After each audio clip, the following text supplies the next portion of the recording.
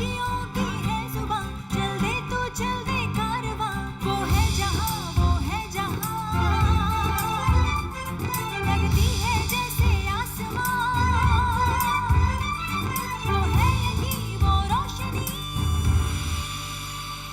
तेजस्विनी तेजस्विनी तेजस्विनी तेजस्विनी तेजस्विनी तेजस्विनी तेजस्विनी। नमस्कार, स्वागत है आप सबका कार्यक्रम तेजस्विनी में। आपके साथ मैं हूं ममता चोपड़ा। वो हौसलों की मिसाल है, उसकी हिम्मत लाजवाब है। जब ठान लेती है कोई लक्ष्य तो करती है हर बाधा पार और बन जाती है उदाहरण बेमिसाल। आज की हमारी तेजस्विनी एक ऐसी ही महिला है जिन्होंने पेश किया है एक अनुभव उदाहरण, देश ही नहीं दुनिया के सामने। आप सेना में मेजर हैं, हालांकि सेना में शामिल होने के लिए आपको काफी जद्दोजहद भी करनी पड़ी, लेकिन आपने हिम्मत नहीं हारी। आप सेना में शामिल भी हुई और देश को गौरवान्वित भी किया। देश का सीना गर्व से चौड़ा कर दिया जब आपको United Nations military gender equality of the year का अवार्ड से पुरस्कृत किया गया। एक ऐसा पुरस्कार जो संयुक्त राष्ट्र ने आपको यौन हिंसा विरोधी अभियान के लिए दिया है। हमारी आज की तेजस्विनी है मेजर सुमन गवानी।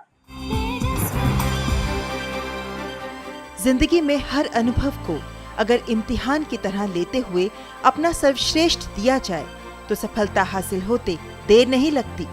मेजर सुमन गवानी बचपन से ही यूनिफॉर्म पहनने का सपना देखती थी। 4 बार परीक्षा दी और आखिरकार उनका सेना में चयन हो गया। 2018 में मेजर गवानी को संयुक्त राष्ट्र शांति मिशन पर दक्षिण सूडान भेजा गया, जहां महिलाओं की समस्याओं को देखते हुए उन्हें यौन हिंसा अपराधों के प्रति जागरूक करने का उन्होंने बीड़ा उठाया और इसके लिए बाकायदा अरबी भाषा भी सीखी। केन्या में विशेष ट्रेनिंग ली। यही नहीं, महिलाओं की मुश्किलों को आसान करने के लिए मिलिट्री ऑब्जर्वर्स को ट्रेनिंग दी और शांति मिशनों में लैंगिक समानुपात पर जोर दिया। इन्हीं प्रयासों का नतीजा है कि जहां दक्षिण सूडान सरकार ने यौन अपराधों के खिलाफ एक रोड मैप तैयार किया, तो वहीं संयुक्त राष्ट्र शांति मिशन में महिला ऑब्जर्वर्स की तादाद भी कई गुना बढ़ गई है। यौन हिंसा विरोधी अभियान में उनके अहम योगदान को देखते हुए ही उन्हें United nation gender advocate of the year award से सम्मानित किया गया है। इस सम्मान के जरिए विश्व में देश का गौरव बढ़ाने वाली मेजर सुमन गवानी ही हैं हमारी आज की तेजस्विनी। मेजर सुमन गवानी, बहुत बहुत स्वागत है आपका कार्यक्रम तेजस्विनी में। आपका बहुत बहुत धन्यवाद। सुमन जी, ये बताइए हमें कि आपको संयुक्त राष्ट्र का ये पुरस्कार मिला। सबसे पहले आपको ढेरों बधाई इस पुरस्कार के लिए। बहुत बहुत धन्यवाद।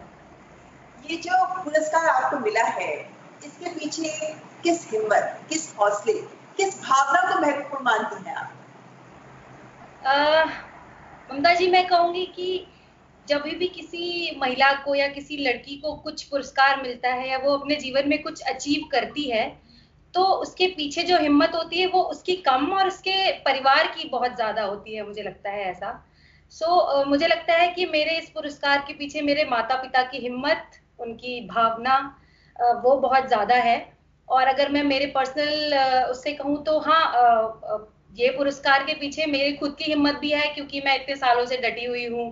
अलग अलग जगह पर पोस्टिंग काटी है मैंने, और फिर फाइनली जब साउथ सुडान गई तो वहां पर मुझे लगा कि मुझे यहाँ के लोगों के लिए कुछ करना चाहिए, तो मैंने कुछ किया। वो भी एक तरीके की हिम्मत थी, क्योंकि अलग अलग जगहों पर जाना और अलग अलग लोगों से मिलना वहां पे। तो आप मानते हैं कि जो आपकी हिम्मत है, जो हौसला आपने दिखाया, जो आप डटी रही, जो आपने हार नहीं मानी किसी भी हालात में, वही वजह है कि आज यूएन ने आपको सम्मान दिया है और इस सम्मान से जाहिर है देश का सर भी गर्व से ऊंचा किया है आपने। मेजर गवानी, ये बताइए कि आप यूनाइटेड नेशन संयुक्त राष्ट्र की शांति मिशन में शांति दूत बनकर आप दक्षिण सूडान में आपकी तैनाती हुई। क्या रोल था आपका, क्या काम था आपका जिसके लिए आपको ये पुरस्कार है? ममता जी, मैं एक मिलिट्री ऑब्जर्वर की तहत साउथ सुडान में गई थी। साउथ सुडान में एज अ मिलिट्री ऑब्जर्वर होना मतलब जो मिलिट्री ऑब्जर्वर होते हैं उनके पास हथियार नहीं होते हैं, वो बिना हथियारों के शांति दूत होते हैं। हमारा मेन काम जो होता है वो होता है पेट्रोलिंग, ऑब्जर्वेशन, इन्वेस्टिगेशन, रिपोर्टिंग। ये काम हमारे मेन होते हैं, ये सब काम करते हैं। मेन काम होता है गांव में जाकर या बहुत दूर दराज के क्षेत्रों में जाकर पेट्रोलिंग करना और वहां से जो भी इंफॉर्मेशन हो सकती है वो लाना और हमारे फोर्स हेडक्वार्टर्स तक पहुंचाना, क्योंकि फोर्स हेडक्वार्टर का हर एक विभाग वहां तक नहीं पहुंच सकता है। तो ये काम मिलिट्री ऑब्जर्वर्स करते हैं फोर्स हेडक्वार्टर के बिहाफ पे, जगह जगह जा करके। दूसरा काम जो मेरा था, मैं एज अ ट्रेनिंग ऑफिसर भी थी मिलिट्री ऑब्जर्वर्स की, तो मेरा दूसरा काम था मिलिट्री ऑब्जर्वर्स को ट्रेन करना और उनको बताना कि वो अपने काम को किस तरह से पूरा कर सकते हैं इन सब पेट्रोलिंग, ऑब्जर्वेशन एंड रिपोर्टिंग में। और बाकी मैं एक खुद एक महिला शांति दूत होने के नाते मेरा एक और काम था कि मैं सारे जो मिलिट्री ऑब्जर्वर्स थे उनके लिए एक जेंडर फोकल पॉइंट थी वहां पर साउथ सुडान में। ये एक बहुत महत्वपूर्ण काम था। संयुक्त राष्ट्र ने जो पुरस्कार दिया उसमें ये डिटेल दी गई है कि यौन अपराध के खिलाफ जो एक अभियान था, यौन हिंसा विरोधी जो अभियान था, आपने उसमें जो अहम योगदान दिया उसके लिए आपको ये पुरस्कार भी दिया गया है। दक्षिण सूडान में जब आप गई तो जाहिर है कि एक नई जगह, नई चुनौतियां और नई तरह का काम, क्या चैलेंजेस थे आपके सामने? चैलेंजिंग ममता जी, सबसे पहला चैलेंज तो मुझे लगता था कि भाषा का चैलेंज था, क्योंकि जिन लोगों से हम मिलते थे उनकी भाषा बहुत अलग अलग थी। बहुत ही कम लोग इंग्लिश बोल पाते थे, बाकी सब लोग उनकी जो नेटिव लैंग्वेज है अरबिक वो बोलते हैं। सो पहली चीज जब हम और आप आपस में बातें करते हैं तो एक दूसरे को समझने के लिए भाषा बहुत जरूरी होती है। तो सबसे पहली चुनौती तो थी भाषा की। दूसरी चुनौती थी एक जगह से दूसरी जगह पहुंचने में जो हमें तकलीफें उठानी पड़ती थी, क्योंकि फ्रीडम ऑफ मूवमेंट नहीं है वहां पर। तो आपको अगर एक जगह से दूसरी जगह जाना है, एक गांव से दूसरी जगह जाना है, तो आपको उस वहां की गवर्नमेंट की परमिशन लेनी पड़ती है कहीं पर भी जाने के लिए। सो ये दूसरी चुनौती थी। तीसरी चुनौती मैं कहूंगी कि वहां पे आवागमन के साधन या आवागमन के जो सड़कें हैं वो नहीं है, बहुत कम सड़कें हैं। तो उबड़ खाबड़ रास्तों पे से गाड़ियों में कभी, या फिर अगर जहाँ गाड़ी नहीं जाती तो वहां पर पैदल भी हम लोग गए हैं पेट्रोलिंग करने के लिए, या फिर हेलीकॉप्टर से भी हम लोग पेट्रोलिंग करने के लिए जाते थे। तो यही चुनौतियां थी वहां पर जो भी मेरे सामने आई हैं। तो आप मिलिट्री ऑब्जर्वर के तौर पर वहां गई, तो कैसे था आपका समूह, कैसा था, किन लोगों के साथ आप रहती थी, कैसे आप लोगों का काम होता था और कैसे ये संभव हुआ कि दक्षिण सूडान की स्थानीय महिलाएं अपनी मुश्किलें आपसे साझा कर पाई, ये कैसे हुआ? मेरी टीम में 10 मेंबर्स थे। एक रेनबो कॉन्सेप्ट होता है यूनाइटेड नेशंस का, तो उस रेनबो कॉन्सेप्ट के तहत ये लोग कोशिश करते हैं कि एक टीम में ज्यादा से ज्यादा पृष्ठभूमि के लोग हों, ज्यादा से ज्यादा कल्चर के लोग हों। तो मेरी टीम में 10 लोग थे। मेरे जो बॉस थे वो ऑस्ट्रेलिया के थे और चाइना से लोग थे मेरी टीम में, कनाडा से लोग थे, स्वीडन से लोग थे। मैं अकेली भारतीय थी मेरी टीम में और अकेली महिला थी मेरी टीम में जी। तो जो हमारा काम होता था वो हमें पहले एक हफ्ते पहले पता चल जाता था कि अगले हफ्ते में हमें इन क्षेत्रों में पेट्रोलिंग करने के लिए जाना है और ये इंफॉर्मेशन लेकर के आनी है मिशन हेडक्वार्टर्स के लिए। तो उस हिसाब से हम अपनी टीम में डिस्ट्रीब्यूट करते थे कि इस दिन कौन पेट्रोलिंग पे जाएगा और पीछे कौन रहेगा, क्योंकि जो पेट्रोलिंग जाते हैं उससे पीछे भी हमें बहुत काम करने पड़ते हैं, रिपोर्ट्स बनानी पड़ती हैं, जो हमारे वाहन है उनका रखरखाव करना पड़ता है, रेडियो इक्विपमेंट्स की देखभाल करनी पड़ती है। तो ये हम अब पूरा प्लान बनाते थे अगले हफ्ते का। जो जिसको पेट्रोलिंग पे जाना होता था वो उन गाँवों में जाता था, पेट्रोलिंग करते थे और बहुत अच्छा एक तालमेल हो गया था सारे टीम मेंबर्स का वहां पर एक साथ रहते रहते पेट्रोलिंग पे जाने और काम करने के दौरान। अगर मैं कहूँ कि वहाँ की महिलाओं के साथ मेरा कैसे इतना अच्छा संबंध हुआ और कैसे वो लोगों को मेरे ऊपर इतना विश्वास आया कि वो अपनी बातें मुझसे साझा कर सके, तो मैं कहूँगी कि एक तो सबसे प्लस पॉइंट था मेरा खुद एक महिला होना। आपसी विश्वास के लिए मेरा खुद एक महिला होना एक सबसे प्लस पॉइंट था वहां पर। दूसरा प्लस पॉइंट मैं कहूँगी कि मैंने अफ्रीका में देखा कि भारतीयों के प्रति उनके मन में बहुत प्रेम है, बहुत प्यार है उनके मन में भारतीयों के प्रति। जी, तो वो भी एक प्लस पॉइंट था कि जब भी वो मेरे यूनिफ़ॉर्म पे इंडिया का फ्लैग देखते थे, तो उन्हें बड़ी खुशी होती थी मुझसे आकर बात करने में कि हाँ, कोई इंडिया से आया है तो हम उनसे बात करें, उन्हें बताएँ। तीसरा मैं कहूँगी कि जब मैं पहले-पहले शुरुआत में कहीं-कहीं पेट्रोलिंग पे गई थी, तो मुझे एक चीज़ समझ आ गई कि ये जो भाषा का अवरोध है, इसको हटाना है किसी तरह। तो वो भाषा का अवरोध हटाने के लिए मैंने ऑनलाइन अरेबिक लैंग्वेज कोर्स में अपने आप को एनरोल किया और मैंने कोशिश की कि मैं उनकी भाषा थोड़ी बहुत सीख सकूं, अगर ज़्यादा नहीं तो कम से कम शुरुआत का मैं उनके साथ बातचीत कर सकूं, जिनसे वो एक बैरियर ब्रेक हो जाए लैंग्वेज का। तो इसने बहुत मदद की मेरी कि जब एक लैंग्वेज बैरियर ब्रेक हो गया, उनसे शुरुआती बात मैंने उनकी भाषा में कर ली, तो उनको मेरे ऊपर और विश्वास आया कि हाँ। और आपके वहाँ ट्रेनिंग भी होती होगी कि आप कैसे वहाँ की स्थानीय संस्कृति को समझ पाए, वहाँ के लोगों के बीच में किस तरीके की चीजें उन्हें पसंद है, क्या कुछ नियम है जिनको आपको फॉलो करना चाहिए ताकि वो लोग बुरा ना माने, तो इस तरह की कोई ट्रेनिंग भी दी जाती है? जी, बिल्कुल, बिल्कुल। मिशन में जब हम जाते हैं तो मिशन का शुरुआती जो 1 हफ्ता होता है, उसमें हम लोगों को सारे जितने भी लोग मिशन में गए हैं, उन सबको इस तरीके की ट्रेनिंग दी जाती है कि जब आप यहाँ मिशन में आए हैं, अलग कल्चर है, अलग एनवायरनमेंट है और अलग बोली, अलग भाषा है, तो आपको इन लोगों के साथ किस तरह पेश आना है, इन लोगों को किस तरीके से हमें सेंसिटाइज़ किया जाता है कि इन लोगों से कैसे बात करनी है, कैसे नहीं करनी, उनकी संस्कृति के बारे में, उनकी बोली, उनकी भाषा के बारे में हमें शुरुआती 1 हफ्ते में सिखाया जाता है और हमारे काम के बारे में। उससे पहले मिशन में जाने से पहले भी इंडिया में भी हमें ट्रेनिंग दी जाती है। लगभग 14 दिन की ट्रेनिंग होती है हमारी पीस कीपिंग सेंटर में, जहाँ पे हमें बताया जाता है कि जिस देश में आप जा रहे हैं, वहाँ पर कैसा होने वाला है, वहाँ के लोग कैसे होंगे, संस्कृति कैसी होगी, भाषा कैसी होगी। जी। तो किस तरीके के यौन हिंसा के मामले आप वहाँ देखती थी? किस तरह यौन हिंसा के प्रति महिलाओं को आपने वहाँ पे जागरूक किया? क्या आपने उनको उनके अधिकारों के बारे में बताया? किस तरीके की राहत उन्हें मिल सकती है? क्या उन तक ये जानकारी पहुँचाई? कैसे काम किया? जब मिशन में हमारे मिशन हेडक्वार्टर्स ने सोचा कि वहाँ की गवर्नमेंट के पास कोई रोड मैप नहीं था इस तरह की यौन हिंसा, यौन अपराध के विरुद्ध काम करने के लिए, और कोई ठोस कानून भी नहीं थे और इससे ठोस कानून तो नहीं थे और महिलाएं खुद जागरूक नहीं थी कि अगर उनके साथ ऐसा कुछ हो जाता है तो उन्हें किसको अप्रोच करना चाहिए, कौन से कानून है जो उनकी मदद कर सकते हैं। तो हम लोगों ने, हमारी जो टीम होती है मिशन की, women protection advisers, gender affair units और उनके साथ मैं इसलिए क्योंकि मुझे ट्रेन किया गया था केन्या में कॉन्फ्लिक्ट रिलेटेड सेक्सुअल वायलेंस के खिलाफ काम करने के लिए, तो मैं भी उस टीम का एक महत्वपूर्ण हिस्सा थी। हम जगह-जगह जाते थे, सेमिनार्स आयोजित करते थे, महिलाओं की अलग सेमिनार आयोजित करते थे।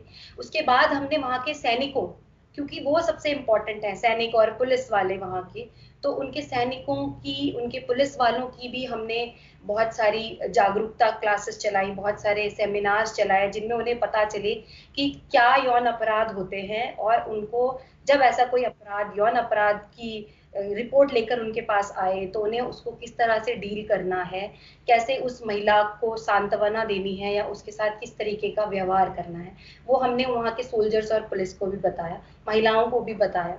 और इस तरह से साउथ सुडान ने, मतलब ये बहुत ही खुशी की बात है, हमारे पूरे मिशन के लिए बहुत खुशी की बात थी कि ये सब इतने सारे ठोस कदम उठाने के बाद वहाँ की सरकार ने, वहाँ की जो गवर्नमेंट थी, उन्होंने एक रोड मैप खुद का तैयार किया। तो ये हमारी पूरी टीम के लिए एक बहुत बड़ी खुशी की बात थी और मैं कहूँगी कि वहाँ की महिलाओं के लिए भी एक ये बहुत बड़ा अचीवमेंट रहा है कि गवर्नमेंट ने खुद आगे बढ़कर एक रोड मैप तैयार किया है। जाहिर है, लेकिन मेजर दवानी, अपने देश को छोड़कर नए देश में जाना, दुर्गम क्षेत्रों में जाना, दूर-दराज के इलाकों में जाना, पुरुषों के बीच अकेली महिला होना, नए लोग, नए हालात, कभी डर नहीं लगा आपको? अ, अगर मैं कहूँ डर बिल्कुल नहीं लगा तो अतिशयोक्ति होगी। थोड़ा बहुत लगा था जाने से पहले कि पता नहीं कैसा माहौल होगा, क्या लोग होंगे, किस तरीके से काम करना पड़ेगा और कितनी दूर जाना पड़ेगा। तो थोड़ा बहुत शंकाएँ थी मन में, डर तो नहीं पर शंकाएँ थी मन में। डर शायद इसलिए नहीं था क्योंकि वहाँ जाने से पहले भी मैं यहाँ पर भी बहुत ऐसी जगहों पर थी जहाँ पे फील्ड कंडीशंस थी, तो शायद डर इसलिए नहीं था। शंका थी, पर वो शंकाएँ भी वहाँ पहुँच के धीरे-धीरे दूर होती गई और फिर मैंने अपने आप को अपने काम में लगा लिया। अच्छा, आप उत्तराखंड से हैं और आपके परिवार के बारे में जानना चाहते हैं। आपका बचपन कैसा था? क्या बचपन से ही आपने सोचा हुआ था कि मेरे को तो सेना में ही जाना है? उत्तरकाशी के पास चाइना का बॉर्डर है, तिब्बत वो वहाँ पर बहुत सारे फौजी आते-जाते रहते हैं। तो बचपन में जब हम स्कूल जाते थे, स्कूल से आते थे तो फौजी ट्रकों में बहुत सारे फौजी जा रहे होते थे। तो बच्चे जो है फौजी को बाय करते हैं, मतलब हाथ हिलाते हैं, तो वो भी उनका भी हमारे तरफ ऐसा ही बहुत अच्छे से उन्हें बच्चों को देखकर बहुत ही हमें रोमांचक लगता था कि अच्छा जा रहे हैं, इनके पास हथियार है, वर्दी पहनी हुई है, तो उसको देखकर बहुत अच्छा लगता था। और दूसरी बात उत्तराखंड में लगभग हर घर से एक फौजी है, तो वो देख के भी मन में आया कि ठीक है मुझे भी ऐसा ही करना चाहिए। फिर मेरे पिताजी ने भी मुझे काफ़ी प्रेरित किया कि ठीक है जो आप सोचती हैं वो आप कीजिए। उन्होंने मुझे बहुत प्रोत्साहित किया कि आपको करना चाहिए जो आपने मन में ठान लिया है। तो यानी यही आपको जो ये यूनिफॉर्म पहनने का एक सपना था, आपने उसको पूरा कर दिखाया। लेकिन विजय गवानी, आपके लिए आसान तो नहीं रहा होगा क्योंकि आपको भी 4 अटेम्प्ट्स में जाकर सिलेक्शन हुआ आपका फाइनली। जी, बिल्कुल आसान नहीं था। मैं कहूँगी मुझसे ज़्यादा मुश्किल तो मेरे माता-पिता के लिए था क्योंकि मैंने अपनी पढ़ाई पूरी कर चुकी थी और मैं अटेम्प्ट्स बार-बार किए जा रही थी, पहले अटेम्प्ट में नहीं हुआ, तो रिश्तेदार माता-पिता को कहते कि नहीं आप इस बेटी के ऊपर इतना क्यों वो कर रहे हैं, इसकी शादी करा दीजिए, क्या करेगी फ़ौज में जाकर? तो वो माता-पिता के लिए मुझे लगता है ज़्यादा चुनौतीपूर्ण था, मेरे ऊपर तो उनका सहारा था। मुझे उनका था कि उनका पूरा सपोर्ट था कि नहीं, तुमको करो जो करना है, जो मन में है वो करो। मतलब आपको कभी हताशा नहीं हुई क्योंकि एक अटेम्प्ट में नहीं हुआ, दूसरे अटेम्प्ट में नहीं हुआ, तीसरे में नहीं हुआ, चौथे अटेम्प्ट तक जाने के लिए भी मनोबल बनाए रखना बहुत ज़रूरी था। किसने बनाया आपका मनोबल? मेरा मनोबल मेरे पिताजी ने बनाया। पहली बार जब मैं इंटरव्यू देने गई थी, मेरा पहला इंटरव्यू भोपाल में था, तो मेरे फादर मेरे साथ गए थे। जो एसएसबी इंटरव्यू होता है वो 5 दिन चलता है। तो पाँचों दिन जबकि मैं तो कैंट के अंदर थी, इंटरव्यू अपना दे रही थी और सारे टेस्ट दे रही थी। पर मेरे फादर बाहर एक होटल में रुके हुए थे पूरे पाँचों दिन। सिर्फ़ शाम को मुझसे थोड़ी देर के लिए मिलने आते थे कि क्या चल रहा है, कैसे है और मैं अपने टेस्ट के बारे में उनको बताती थी। फिर हम शाम की चाय एक साथ पीते थे और फिर मेरे पापा वापस होटल चले जाते थे और मैं वापस कैंट में रुक जाती थी। तो पहली बार वो मेरे साथ आए थे, पर उसके बाद मैंने कहा नहीं अब आप नहीं जाएँगे, अब ये मेरा अकेले का है, मैं ही जाऊँगी। पर हाँ, उनका सपोर्ट पूरा रहा, उन्होंने कभी मुझे हताश नहीं होने दिया, कभी निराश नहीं होने दिया। आपकी पहली तैनाती कहाँ हुई? जब आपकी ट्रेनिंग खत्म हो गई उसके बाद पहली तैनाती कहाँ थी? मेरी ट्रेनिंग खत्म हुई थी सितंबर 2011 में और उसके बाद मेरी पहली पहली तैनाती हुई असम में। तो वो भी एक काउंटर इंसर्जेंसी एरिया है, वहाँ पर मेरी पहली तैनाती हुई थी। तो पहली ही बार में आपको ऐसी पोस्टिंग मिल जाना चैलेंजिंग था क्या आपके लिए? क्योंकि आपकी बैकग्राउंड आर्मी की नहीं थी, तो जाहिर है कि ट्रेनिंग के बावजूद भी एडजस्ट करना, रियल लाइफ सिचुएशन में जाकर उस सिचुएशन को डील करना एक अलग बात है। हाँ जी, बिल्कुल। ट्रेनिंग में तो हमें पता है कि कल क्या होने वाला है और हम लोग बहुत सारे एक साथ होते हैं, तो सब सब एक साथ ट्रेन करते हैं, सब एक साथ पीटी जाते हैं, सब एक साथ ड्रिल करते हैं। पर जब बारी आई पोस्टिंग की और ट्रेनिंग खत्म हो गई और अब पता चला कि अब मुझे असम जाना है और अकेले ही जाना है, मेरे कोई भी ट्रेनिंग वाले दोस्त मेरे साथ नहीं होने वाले हैं, तो बहुत सारी शंकाएँ थी मन में। लेकिन जब मैं वहाँ पहुँची तो बहुत ही मैं कहूँगी बहुत सपोर्टिव एनवायरनमेंट था मेरी पहली यूनिट का। जो मेरे सीनियर्स थे उन्होंने मुझे बहुत ही अच्छे तरीके से ग्रूम किया, मुझे बताया कि कैसे काम होता है, कैसे यहाँ पर करना है। तो वहाँ पहुँचने के बाद कुछ भी मतलब चैलेंजेस तो नहीं आए, बल्कि मैंने बहुत कुछ सीखा वहाँ पर रह के। बहुत सपोर्टिव एनवायरनमेंट में मेरी पहली पोस्टिंग हुई थी। आपने जिस वक्त सिलेक्शन के लिए तैयारी करनी थी, आप उस वक्त आपने बीएड भी किया, उस वक्त आपने अपनी डिग्रीज भी दी, आपने एमएससी भी कर डाली। जब आप इस लाइन में आई हैं, जब सेना में भर्ती हुई, तो आपको अपनी उस पढ़ाई का कोई फायदा हुआ?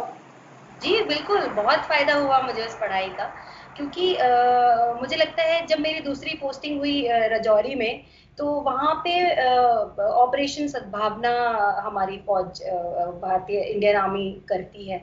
तो उस ऑपरेशन सद्भावना के तहत हम बच्चों को जम्मू एंड कश्मीर से बाहर का एक्सपोजर दिलाते हैं, उन्हें बताते हैं कि उनके लिए क्या-क्या अपॉर्चुनिटीज़ हैं।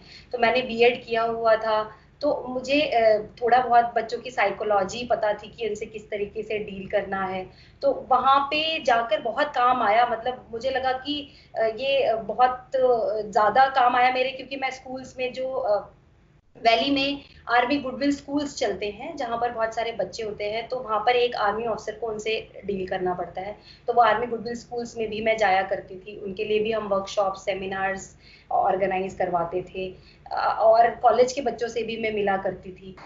ऑपरेशन सद्भावना के तहत मैं पहली बार बच्चों को लेकर गई थी मुंबई। एक बाबा गुलाम शाह बादशाह यूनिवर्सिटी है रजौरी में, वहाँ के बच्चे थे जिनको लेकर हम मुंबई गए थे, हमारी यूनिट। वहाँ पर हमने उन्हें बहुत सारे रिलायंस जियो में उनके हेडक्वार्टर्स में लेकर गए, और ये क्योंकि मैं सिग्नल्स से हूँ, तो हमने basically electronics and telecommunication students को सेलेक्ट किया था टूर पे लेकर जाने के लिए। तो वहाँ हम इनको रिलायंस जियो के डेटा सेंटर में लेकर गए, उन्हें दिखाया कि जो आप किताबों में पढ़ते हैं वो असल में ऐसा होता है, उसका उपयोग इस तरह से होता है। वहाँ पर हमने उन्हें उनके जो सीईओज हैं, एचआर मैनेजर्स हैं, उनसे मिलवाया, उन्हें बताया कि उन्हें आगे करियर में किस तरह से काम करना चाहिए। तो उसके बाद जो दूसरी बार हम उन्हें चंडीगढ़ लेकर गए दूसरे बच्चों को, वहाँ पर हमने उन्हें बताया कि सेल्फ एम्प्लॉयमेंट किस तरह कर सकते हैं, डेयरी फार्मिंग में कर सकते हैं या फार्मिंग में कर सकते हैं आप। वहाँ पर हमने उन्हें अलग-अलग फैक्ट्रीज दिखाई, जिससे कि उन्हें पता लगे कि पढ़ाई करने के बाद उनके पास क्या-क्या अपॉर्चुनिटीज़ हैं, वो किस-किस चीज़ के लिए तैयारी कर सकते हैं। तो बेसिकली ये करियर काउंसलिंग तरह के का सेशन भी हो गया और एक्सपोज़र भी मिल गया बच्चों को।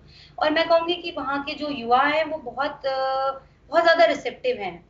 उनके मन में अपने भविष्य के लिए बहुत आशाएँ हैं, वो भी कुछ अलग करना चाहते हैं, कुछ नया करना चाहते हैं, कुछ नया सीखना चाहते हैं। तो रिसेप्टिव, बहुत पॉजिटिव एटीट्यूड है उनका।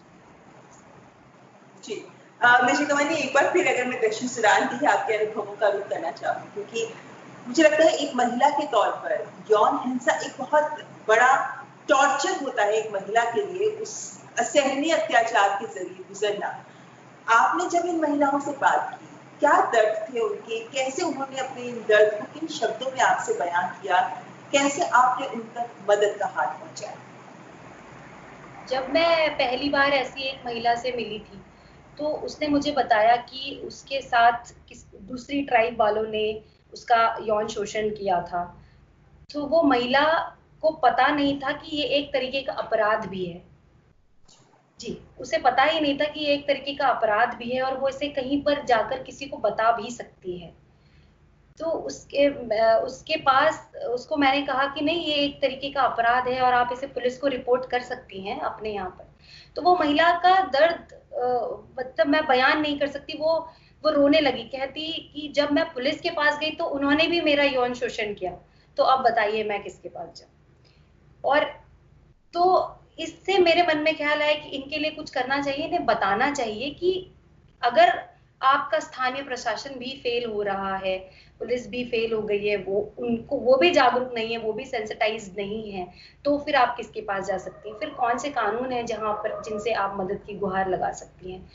तो यानी इस तरह के अनुभव आपके सामने आए, और मैं समझ सकती हूँ कि जैसे पहले आपकी पोस्टिंग असम में हुई, उसके बाद आप रजौरी में थी, उसके बाद आपको दक्षिण सूडान जाना पड़ गया, जहाँ पर आपको ये तमाम अनुभव हुए। इन अनुभवों ने आप पर एक व्यक्ति के तौर पर आपको कितना प्रभावित किया, कितना बदला, किस तरीके का प्रभाव आपके ऊपर डाला, आपके मन पर डाला, किसकी छाप आपके मन पर थी? बहुत बदला है एज अ पर्सन। मतलब मैं कहूँगी कि मैं बहुत ज़्यादा ग्रो हुई हूँ। सबसे इम्पोर्टेंट मुझे लगता है मेरे अंदर जो चेंज आया है, वो आया है एम्पैथी, दूसरे को सुनने का और दूसरे को धैर्यपूर्वक सुनने का, जो मेरे अंदर एक चेंज आया है वहाँ की महिलाओं से मिलकर, वहाँ के बच्चों से बात करके, कि दूसरों के कष्टों को अपना कष्ट समझना और फिर सोचना कि उन्हें कैसे हम दूर कर सकते हैं। धैर्य, पेशेंस, बहुत ज़्यादा पेशेंस मेरे अंदर डेवलप हो गया वहाँ से आने के बाद, क्योंकि पहले पहले मैं उनसे बात करती थी तो उनकी भाषा अलग होती थी और मेरी भाषा अलग, तो वो मुझे इशारों में ही समझा पाती थी कि क्या है, क्या बात करना चाह रही हैं वो मुझसे। धीरे धीरे फिर इंटरप्रेटर के थ्रू वो मुझे बताते थे, तो ये एक बहुत लंबी प्रक्रिया होती है कि वो मुझे इतनी लंबी बात समझा रही हैं और मुझे वो पूरी सुननी है, इतना मेरे अंदर धैर्य होना चाहिए, इतना पेशेंस मेरे अंदर होना चाहिए। तो ये 2 चीज़ें मैंने डेवलप की हैं और मुझे लगता है कि ये बहुत बहुत ही ज़रूरी बदलाव है मेरे व्यक्तित्व में वहाँ से आने के बाद। मिर्ची कमानी, आपकी इन कोशिशों को, क्योंकि बहुत विस्तृत शब्दों में आपकी कोशिशों को बयान किया गया है संयुक्त राष्ट्र के द्वारा, आपकी इन कोशिशों के बाद मिलिट्री ऑब्जर्वर्स, क्योंकि महिलाएं ज्यादा नहीं होती है मिलिट्री ऑब्जर्वर के तौर पर तैनात, ऐसे में आपकी इन कोशिशों के चलते कहाँ तक इन शांति मिशन में जेंडर इक्वालिटी या जेंडर पैरिटी को कम करने की, लैंगिक संतुलन की जो बात की जाती है, उसको कहाँ तक बढ़ावा मिला आपकी कोशिशों के चलते?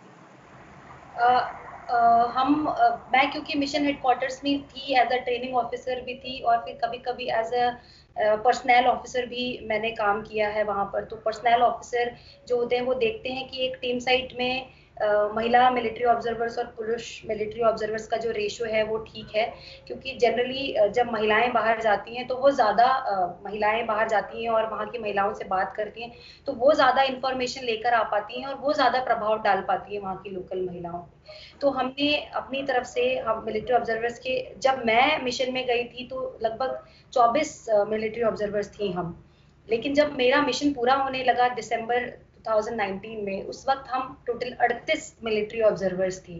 तो मैं कहूँगी कि ये बहुत ही अच्छा एक बदलाव था, बहुत ही पॉजिटिव बदलाव आया। हर टीम साइट में लगभग 2-2 मिलिट्री ऑब्जर्वर होने लगी। हम 11 टीम साइट्स थी, कहीं-कहीं पर तो 4 मिलिट्री ऑब्जर्वर्स भी महिलाएं थी, जिन क्षेत्रों का एरिया ज़्यादा होता था या जिन्हें ज़्यादा ऐसी जगहों पर नॉर्थ साइड में वहाँ पर जाना पड़ता था, तो उस टीम साइट्स में 4 मिलिट्री ऑब्जर्वर्स भी थी। तो बहुत अच्छा बदलाव आया और मैं कहूँगी कि काफ़ी हद तक हम बहुत दूर हैं जेंडर पैरिटी से, जेंडर इक्वालिटी से हम काफ़ी दूर हैं अभी, लेकिन मुझे लगता है कि ये गैप धीरे-धीरे कम हो रहा है और बहुत जल्दी भर जाएगा। बिल्कुल ठीक, बहुत ये उम्मीद बहुत जरूरी है बनाए रखना। आपसे मैं छोटे-छोटे कुछ सवाल पूछूंगी मेजर गवानी, उसके जवाब आपसे लेना चाहेंगे। मेजर गवाने के लिए चैलेंज यानी चुनौती मतलब? चुनौती मतलब अपने आप को साबित करने के लिए एक नया मौका, नया अवसर। खुशी यानी? खुशी यानी किसी और को खुशी देना, किसी और के लिए कुछ काम करना। आपके लिए नारी मतलब? नारी मतलब शक्ति। अनुभव से क्या सीखा आपने? मैंने अपने अनुभवों से सीखा कि हमें जो काम करना है उस पर डटे रहना चाहिए, उसको छोड़ना नहीं चाहिए, चाहे रास्ते में कितनी भी मुश्किलें आए, कितनी भी चुनौतियां आए या आप अकेले हो, उसे छोड़ना नहीं। जिंदगी में सबसे जरूरी क्या है आपके लिए? जिंदगी में सबसे जरूरी है एक तो सेल्फ डिसिप्लिन पहला, और दूसरा छोटी छोटी चीजों में खुशियां ढूंढना, वो जिंदगी के लिए बहुत जरूरी है। छोटी सी बात में बहुत कुछ कह दिया आपने। आज से 30-40 साल बाद आप अपने आप को कैसे विजुअलाइज करते हैं? 30-40 साल बाद मैं एक स्कूल खोलना चाहती हूँ अपने अपने उत्तराखंड में। अभी देखूंगी कहाँ पर मुझे खोलना है, लेकिन हाँ मैं चाहती हूँ कि मैं छोटे छोटे बच्चों के बीच जो मैंने पढ़ाई करी है बीएड की, उसका कुछ उपयोग करूँ और मैं एक स्कूल खोलना चाहती हूँ। तो मैं अपनी जो भी मेरी बचत होगी, जो भी जमा पूंजी होगी रिटायरमेंट होने के बाद, वो मैं एक स्कूल में लगाना चाहूंगी। तो मैं एक टीचर देखना चाहती हूँ अपने आप को जब मैं रिटायर हूँ। तो चलिए मेजर गवानी, ये उम्मीद करते हैं कि ये जो सपना आप 30-40 साल बाद का देख रही हैं, ये तो जरूर ही पूरा हो। साथ ही साथ आप जो भी लक्ष्य जिंदगी में लेकर चल रही हैं, वो लक्ष्य भी आप जरूर हासिल कर पाए। बहुत बहुत शुक्रिया मेजर गवानी हमारे साथ बात करने के लिए। आपका बहुत बहुत धन्यवाद मुझे ये मौका देने के लिए कि मैं यहाँ पर इस मंच पे आऊँ और अपनी बातें रख सकूँ। आज तेजस्विनी कार्यक्रम में बस इतना ही। अगले हफ्ते फिर होंगे हाजिर एक और तेजस्विनी के साथ।